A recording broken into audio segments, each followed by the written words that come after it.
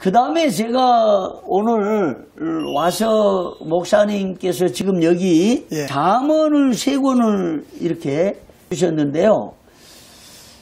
지혜로운 인생 경영 교과서, 그 다음에 잠언 지혜를 말하다, 그리고 지혜로운 인생 경영 교과서, 이 3권을 쓰셔서 잠언을 풀어나가셨는데 예.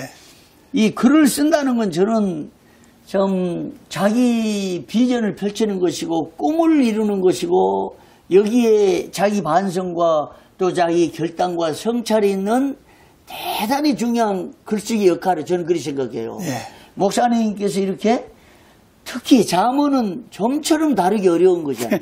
정권을 다루기 어렵고 예. 이건 깊은 묵상과 또 사색 네. 그리고 어떤 나름대로 비전이 아니면 정권 펼치기가 어려운 건데 이 참 대작을 3권 이렇게 한 걸 보니까 여기 큰 감동을 받았어요. 네.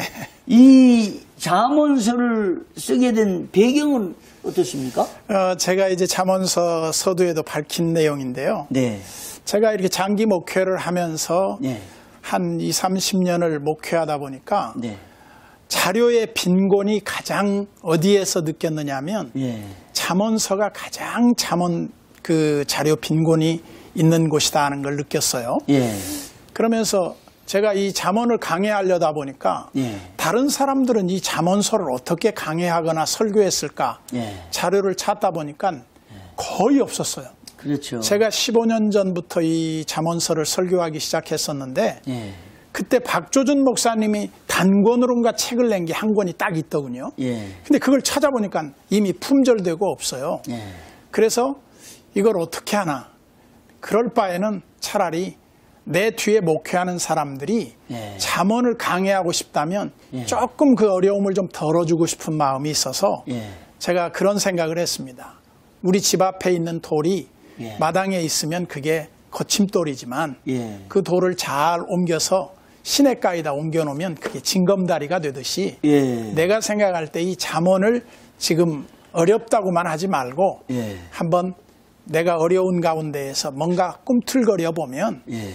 다음에 하는 사람들이 뭔가 보다 나은 해법을 찾는데 인사이트가 있지 않을까. 예. 그래서 강의를 하기 시작해서 거의 20년 가까이 됐습니다. 다 강단에서 예, 강의를 마쳤습니까? 강의를 거의 다 했는데 지금 아마 27장 넘어가고 있을 겁니다. 예. 그래서 거의 마무리하고 있는데 예. 이걸 계속하면 지루할 것 같아서 예.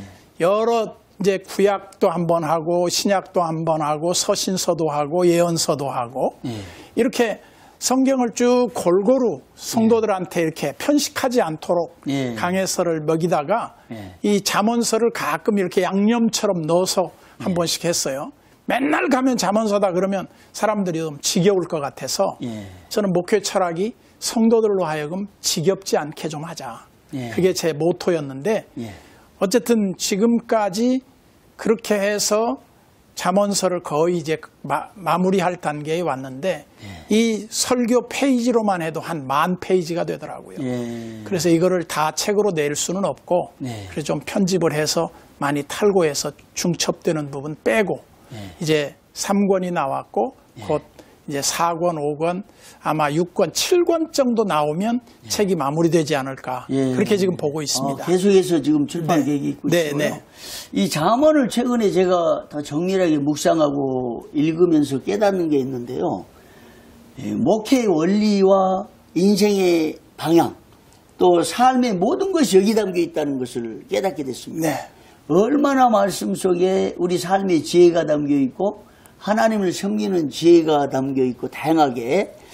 그래서 잠언을 놓친 것이 참 너무 안타까운. 그래서 제가 이 잠언 강해 3권 내고 강단에서 계속 선포했다고 그래서 눈길이 갔고요. 예. 이 잠언을 이렇게 글로 쓰셨다, 책을 냈다, 이것에 또 하나 가치가 있는 것 같습니다. 네. 이 글을 쓴다는 것은 사람의 사상과 그리고 비전과 철학이 포함되어 있는 거잖아요. 네, 네. 이 글 속에 문장 한 문장 한 문장에 거기에 비전과 철학이 담겨 있어요. 네. 그런 면에서 이 저수를 이렇게 시리즈로 20년 동안 강의를 해서 이걸 책으로 편집했다. 대단한 가치가 있고요. 네. 진짜로 듣고 싶은 것은 교단 정치와 관련해서 네.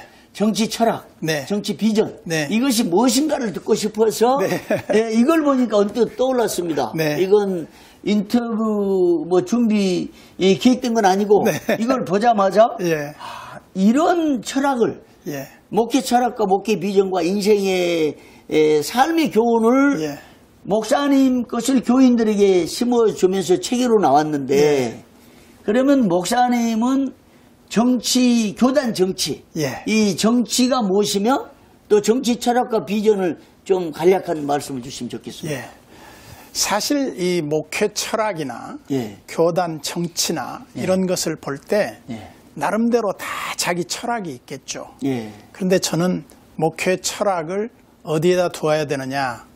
자기 교회 목회에 정말 올인을 해야 된다. 예. 그래서 진정한 목회자로서 헌신해야 한다고 하는 측면에서는 예. 저는 타협의 여지가 없다고 봅니다. 예. 즉, 내 양떼에게 내 마음을 두며 내 소떼에게 내 마음을 두라고 하는 예. 그 말씀과 같이 전심전력해서 목회자로서의 사명을 다해야 된다. 예. 이것이 우리 목회자의 첫째 그 목회 철학의 시작이라고 보고요. 예. 그 다음에 두 번째는 목회는 인간관계를 대하는데 예. 사람들을 참 피곤하게 할 수 있는 것이 목회일 수 있다는 생각을 했어요. 예. 그게 뭐냐 하면 현실과 동떨어진 목회와 예. 이것을 받아들일 수 없는 성도들의 이 괴리감을 어떻게 극복할 것인가. 예. 그 부분에 대해서 저는 조금 현대적인 적용, 그것을 저는 포용의 리더십으로 봤어요. 예. 조금 성장이 안 된 사람을 좀 기다려주자. 예. 조금 내 생각과 다른 사람을 좀 더 포용하고 그 사람들도 믿음이 들고 신앙이 성장하면 나를 이해해 줄 때가 오겠지. 예. 그런 기다림의 목회 철학을 저는 지향했다고 봐요. 예. 그러면서 저는 이제 총회 정치도 보면 극복해야 할 것이 있고 추구해야 할 것이 있는데 예. 제1과제로서 극복해야 할 것은 예. 이제 불신을 극복하는 것이다. 예. 이 총회라고 하는 게 두 가지로 움직이는 것 같아요. 예. 하나는 법리적인 측면에서 법에 어긋나면 더 이상 설 자리를 잃게 된다는 것을 하나 깨달았고요. 예. 또 하나는 정치라고 봤어요. 예. 정치는 법과는 대치될 수도 있지만 예. 전체의 화합과 목적의 필요를 따라서 리더십에 의해서 어떻게 하면 서로를 끌어안고 화합하고 잘 갈 수 있을 것인가. 예. 이것이 굉장히 중요한 이 총회 정치의 기본 틀이 아닌가. 전 그렇게 봤거든요. 예. 그래서 법리적인 면에서 안 맞는 것을 정치로서 좀 다스려야 할 필요가 있고 예. 또 정치로만 안 되는 것을 법리적으로 틀리지 않도록 그걸 잘 컨트롤해 주는 것이 이 교단 정치에 필요하다고 봐요. 예. 왜냐? 인간이 어떻게 완전할 수 있습니까? 예. 어떻게 인간이 법에 완벽할 수 있습니까? 예. 우리는 드러나는 것이 다 허물투성일 수밖에 없는데 그런 부분에서 우리가 그런 두 가지의 조율이 필요한 것이 교단 정치의 지혜로움이 아닐까. 전 그렇게 봤습니다. 예. 지금 목사님이 그 교단 정치의 지향점을 목회 중심적 지향점이라고 보여져요. 네네. 예. 목회를 중심해서 목회 비전을 펼쳐 나가면서 교단을 섬겨야 되는 그런 논리고요. 그 다음에 이 정치에 대한 명확한 입장을 피력을 해 주셔서 공동체적인 여러 관계를 어떤 리더십의 영향을 통해서 형성하고 묶어가고 풀어나간다는 거. 네. 문제를 풀어나가고. 네. 그런 중에 또 하나 돋보인 게요. 정말 목사의 말씀에 공감 가고 감동이고 정말 새로운 인식해야 되겠다 이 생각이 드는 건 정치력. 예. 이게 사실 저도 언론을 통해서 계속 법을 주장했잖아요. 법을 위반하면 그냥 맹공격을 하고. 네. 예. 언론의 입장에서는 당연히 그래야 되겠지만 이 교단 정치를 보면 이 정치력이 부재돼 가지고 네. 법과 상식 네. 그리고 학연, 지연 이런 게 연결돼 가지고 이 법이 무너짐으로 정치가 실종되는 현상이 나타났잖아요. 그렇죠. 그런데 목사님은 이 정치력에 대해서 법으로만 할 수 없기 때문에 네. 이걸 정치로 풀어서 조화를 이루어야 한다. 그렇죠. 이건 대단한 정치력 같습니다. 그러니까 공동체 리더가 강해지려면 예, 예. 리더십이 서야 할 뿐만 아니라 예. 우리가 법리적으로는 아닌 게 있어요. 예. 예를 들면 예수님이 현장에 잡혀온 가늠한 여자를 예. 돌로 치라는 게 그게 법이에요. 예. 이건 불변성의 법이에요. 예. 근데 예수님이 그걸 그렇게 명령을 내리게 되면 사랑은 실종되겠죠. 예. 그래서 그게 정치로 다듬어지는 어떤 묘안을 짜내는 것. 예. 그게 바로 교단 정치의 지혜로움이라고 볼 수도 있겠죠. 예. 그런데 이제 여기에 상충된 면이 나타나는데요. 목사님께서 이런 정치력에 대한 이해, 예. 또 정치에 대한 이해를 갖고 계신 줄 사실은 몰랐습니다. 아, 예. 예, 그래서 이 민창기 목사님이 이 교단 헌법에 위반된 부분을 왜 이렇게 해석하고 또 발언을 왜 그렇게 하실까 대단한 오해도 하고 예. 사람들이 이게 법을 무너뜨리게 하고 위반한 거 아니냐. 예. 이따 이제 한번 질문할 건데요. 네, 네. 그런 가운데 있는데 오늘 그 논리를 들어보니까 이게 정답입니다. 예. 우리 정경총회당 어르신들이 하신 말씀이 지금 현대에 자신들이 40년, 50년 이상 예. 거의 60년간 총회를 정치를 보셨고 평생 80평생 정치를 지켜보시고 정치를 해오시면서 교단 세웠잖아요. 네. 그런데 최근에 정치가 실종됐다는 게 탄식입니다. 네. 왜 그러냐 대표적으로요.